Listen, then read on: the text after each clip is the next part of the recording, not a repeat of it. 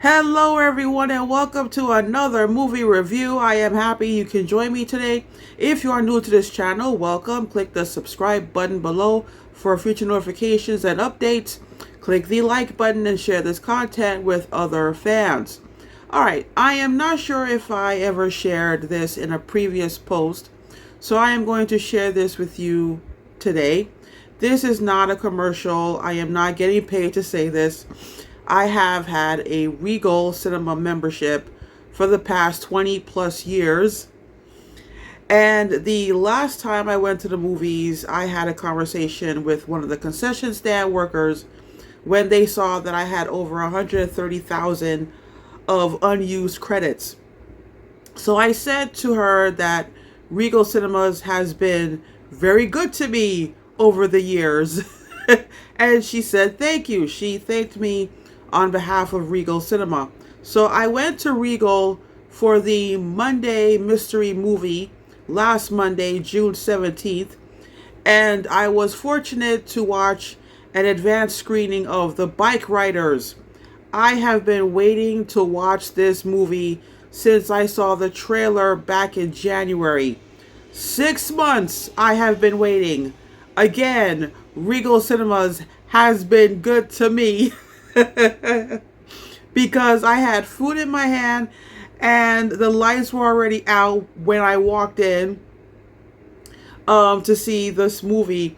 I usually get to the movies on time and sit through the 20 minutes of trailers, but I was hungry that day and I needed something hot to eat, so I had to wait for my order. So the lesson I learned was, when it comes to Regal Cinemas Monday mystery movie, you just don't know what you're going to see. So let's get into it. According to reports, Bikeriders is a crime thriller. It was written and directed by Jeff Nichols. This is the first film of his that I have watched.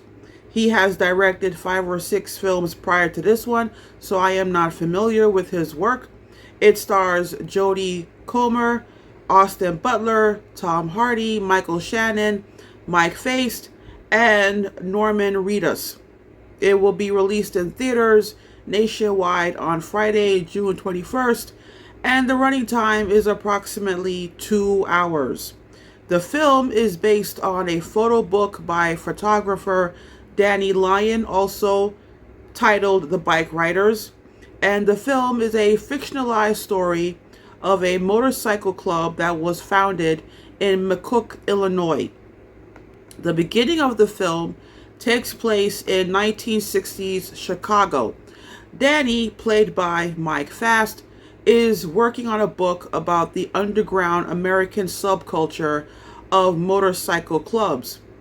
In the movie, the club he is documenting is known as the Vandals, and the film covers 10 years of the history of the Vandals, how it got started, why it got started, and how it evolved over time.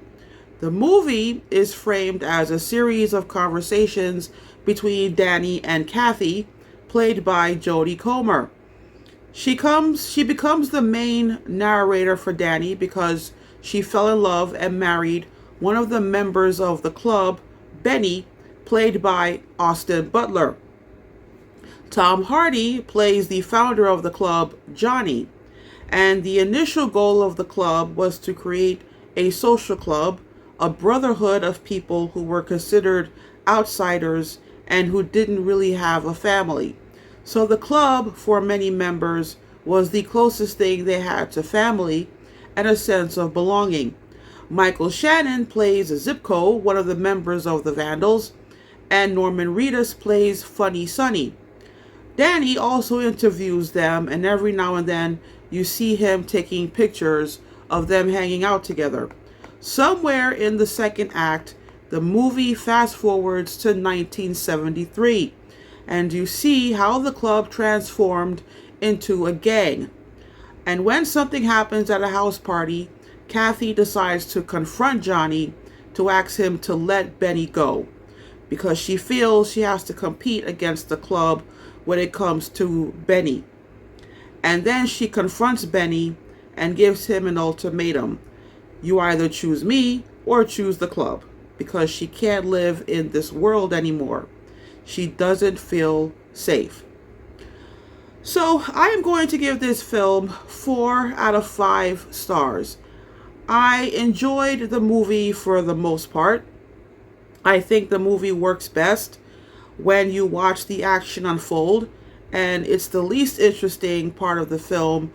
And the least interesting part of the film is the conversations between Kathy and Danny. What I was most surprised about, this is a film that has an old-fashioned feel to it.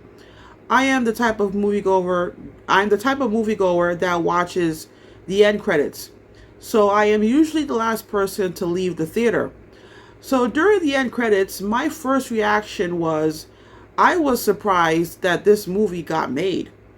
They don't make movies like this very often. This is a movie about characters who drink a lot and smoke a lot. That is a detail I paid attention to because over the past few decades, Hollywood has been subjected to a lot of censoring when it comes to smoking because organizations and the government were running anti-smoking campaigns to get teenagers to stop smoking. But if you are going to tell a story about this world of outsiders and misfits who bond with each other while drinking and smoking, it makes sense that most of the scenes in the film have an air of smoke in them. So I want to thank the director, Jeff Nichols, for that.